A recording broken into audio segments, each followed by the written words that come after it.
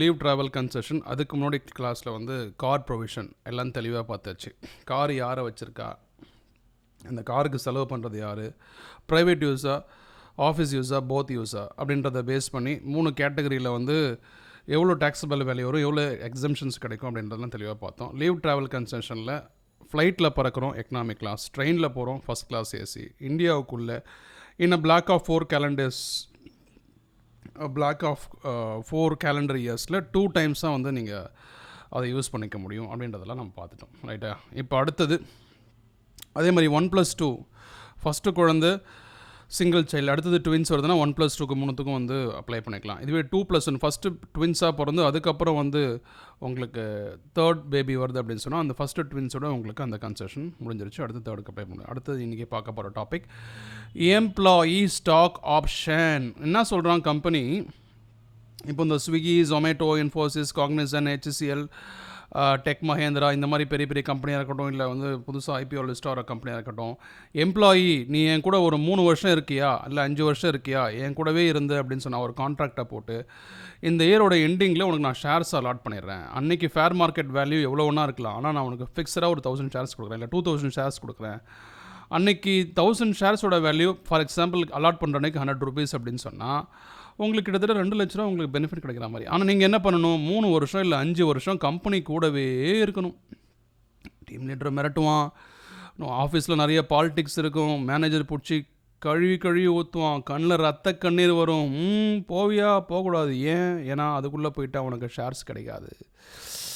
ரைட்டா? So fully taxable on the heads salary.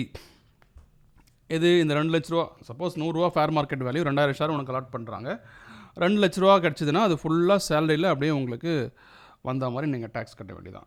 So இந்த மாதிரி பண்ணுறாங்களா சார், இதுக்கு பேர் தான் vesting period or the contract that company has made with you, or it is you agree to the company that you will stay with the company and you will not quit the company or resign the job until before 3 years or 5 years, whatever may be the tenurity. ஓகேவா? So offer price என்ன உங்களுக்கு 0 rupees. ஏன்னா company உங்களுக்கு ஏனாமாக கொடுக்குது, ஓஸ்ட்லேயே கொடுக்குது. Fair market price list ஆகிறப்போ உங்களுக்கு allot பண்ணுற அன்றைக்கி 100 ரூபா வச்சா 2000 ஷேர் 100 2 லட்ச ரூபா fully taxable under the salary head. Salary அந்த under the head of salary உங்களுக்கு வந்துடும். எம்ப்ளாயர் கேவ் த பெனிஃபிட்ஸ் உங்களுக்கு கொடுத்தான் இல்லையா. Suppose had you held on, நீங்கள் விற்காமல் என்ன பண்ணுறாங்க, யூ செல்லிங் அட் 150, 100 ரூபாய்க்கு விற்காமல் என்ன பண்ணுறீங்க, அலாட் பண்ணதுலேருந்து ஒரு 50 ரூபா விலை ஏறுற வரைக்கும், அதாவது 100லேருந்து 150 ரூபா போயிடுச்சுப்போம். ஏறிச்சா இல்லையா? 100லேருந்து 150 போயிடுச்சுன்னா விலை ஏறிச்சுன்னு அர்த்தம். ஆமாம். இப்போ 2000 ஷேர் 150 ரூபாய்க்கு விற்றா 3 லட்ச ரூபா. இப்போ 2 லட்ச ரூபாய்க்கு அன்றைக்கே விற்றுருந்தா அது சேலரியாக உங்களுக்கு கன்சிடர் பண்ணிக்கணும். எக்ஸ்ட்ராவாக கிடைச்ச 1 லட்ச ரூபாயை கேபிட்டல் கெயினுக்கு கன்சிடர் பண்ணிக்கணும். இதான் மேட்ரு, முடிஞ்சு போச்சு. இதான் ஈக்விட்டி ஸ்டாக் ஆப்ஷன், அவ்வளோதான். இதில் வேறு எதுவும் கிடையாது. கம்பெனி லைக் இன்ஃபோசிஸ், அமேசான் 50% டிஸ்கவுண்ட்டில் கொடுப்பான்னு சொல்லலாம். அவுட் சைடர்ஸ் கொடுக்க மாட்டான், எம்ப்ளாயிஸ் தான் கொடுப்பான். If the company contracts agrees to you, shares will be allotted not for outsiders, only for the employees. Shall we start the problem? புரிஞ்சிச்சா இது வரைக்கும்? ரொம்ப சிம்பிள். கம்பெனி உங்களுக்கு ப்ராமிஸ் பண்ணியிருக்கான், 3 வருஷம் நீங்கள் என் கம்பெனி இருக்கியா, இல்லை 5 வருஷம் இருக்கியா, நான் குறிப்பிட்ட ஷேர் தரேன். அன்றைக்கி லிஸ்ட் ஆகிறப்போ என்ன ப்ரைஸோ அதே ப்ரைஸுக்கு விற்றா அது சேலரி. கொஞ்ச நாள் கழித்து விற்றா அது உங்களுக்கு கேபிட்டல் கெயின். எது சேலரி, எது கேபிட்டல் கெயின், இது மட்டும் தெரிஞ்சால் போதும். எது சேலரி, எது கேபிட்டல் கெயின் தெரிஞ்சால் இந்த வேல்யூ முடிஞ்சிருச்சு. Question number 27.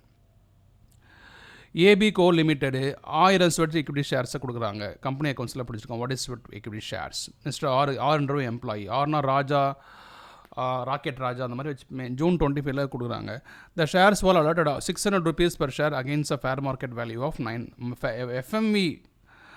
சூரியன் எஃப்எம் ஃபேர் மார்க்கெட் வேல்யூ வந்து 900 rupees, 600 rupees தான் வந்து அவங்ககிட்ட இருந்து காசு வாங்கியிருக்காங்க. ஆனால் 900 ரூபாவது எஃப்எம்வி மார்க்கெட் வேல்யூ 900, அவனுக்கு ஒரு 600 ரூபா ஒரு ஷேர் மேலே 300 rupees டிஸ்கவுண்ட் போட்டு கொடுக்குறாங்க. வெளியே ஆள் கொடுப்பாங்கலாம், கொடுக்க மாட்டாங்க, எம்ப்ளாயி தான் கொடுப்பாங்க. On the date of exercise of option by mister R, சரி அவன் சூஸ் பண்ணுறதுக்கு 900 ரூபா வேல்யூ இருக்கக்கூடிய ஸ்டாக்கு 600 ரூபாய்க்கு கொடுத்துட்டாங்க. The fair market value was computed in accordance with the method prescribed under the act.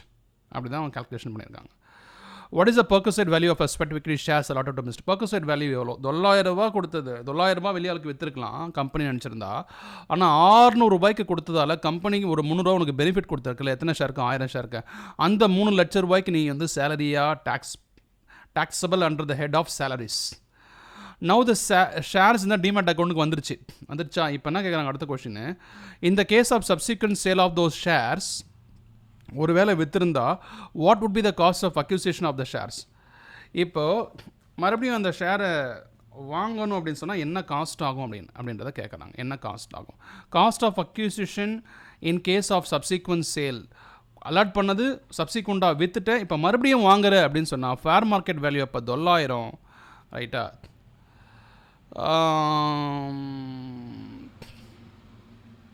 Okay அப்படி இல்லை. இப்போ என்ன பண்ணுற, 900 ரூபா ஆனால் நீ என்ன பண்ணுற, ஒரு 500 ரூபா விலை ஏறுற வரைக்கும் வெயிட் பண்ணிட்டு அதுக்கப்புறம் 1500 விற்கிற. இப்போ இந்த 300 ரூபா வந்து உனக்கு சேலரியாக வரும். 600 ரூபாய்க்கு உனக்கு நீ வாங்கின 900 ரூபா எஃப்எம்இயை மார்க்கெட் ப்ரைஸில் இருக்கக்கூடிய ஷேரை 600 ரூபாய்க்கு வாங்கிட்டேன். அப்போ அலாட் பண்ணுற அன்றைக்கி ஒரு 300 ரூபா லாபம் கிடச்சிருக்குல்ல.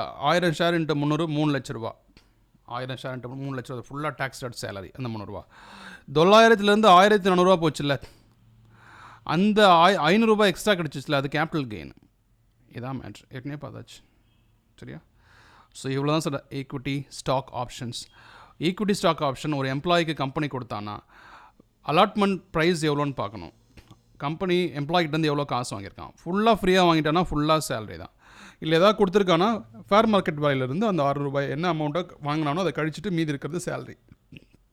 இல்லை ஹேடி so okay, he is holding on to it and he is not selling at the moment and he is selling it at a different price point na, அது capital gain ல வரும். இவ்வளோ தான் சார் equity stock option. அடுத்த topic deduction from gross salary அடுத்த வீடியோவில் பார்க்கலாம்.